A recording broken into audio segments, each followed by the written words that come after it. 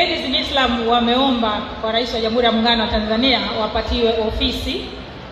Hili nitalipeleka kama lilivyoombwa kwa mwenyewe, na naamini atajua jinsi gani ataweza kulifanyia kazi.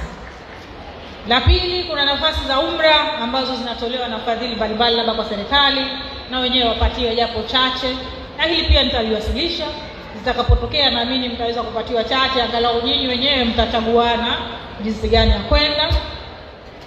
Kuna swala la uhaba wa fedha mzima. Sasa hili sina uwezo kama mnataka rais awapatie fedha. Unajua fedha naye anazitafuta kwa ajili ya maendeleo ya nchi. Lakini nitoe suggestion moja. Kwa wingi wetu hapa, nimesikia tuko zaidi ya 1000. Yaani tukiamua tu kwamba kila mmoja kwa mwaka hata akichanga 20,000 tu kwa mwaka, ni milioni 240 kwa watu 1000. Na naamini wako zaidi. Sasa kuna vitu vingine ni kidogo, lakini kwa wingi wetu tunaweza kufanya mambo makubwa. Ni kiasi cha kuamua tu tunataka, anaweza minimum 20,000, mwingine anaweza katoa ziada, na kama nilivyosema 20,000 kwa mwaka mmoja kwa watu 1000, milioni 240. That's a lot of money. Kwa hiyo mambo makubwa yanaweza kufanyika.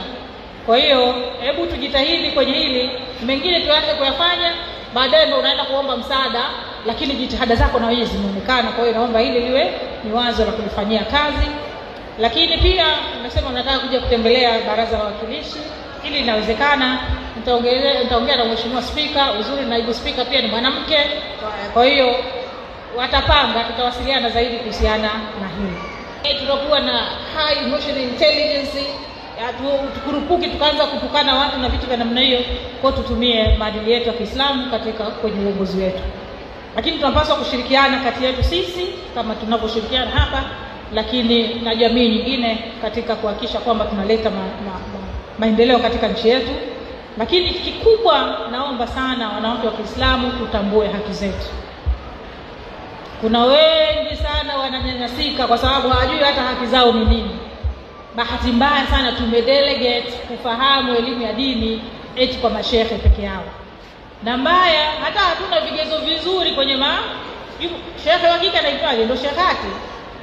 Yaani wale tuna wachache kama hivi kina Fatuma Mdidi, hatuna wale role model. Hata ukiwa kwenye majukwaa utakuta wanaume tu.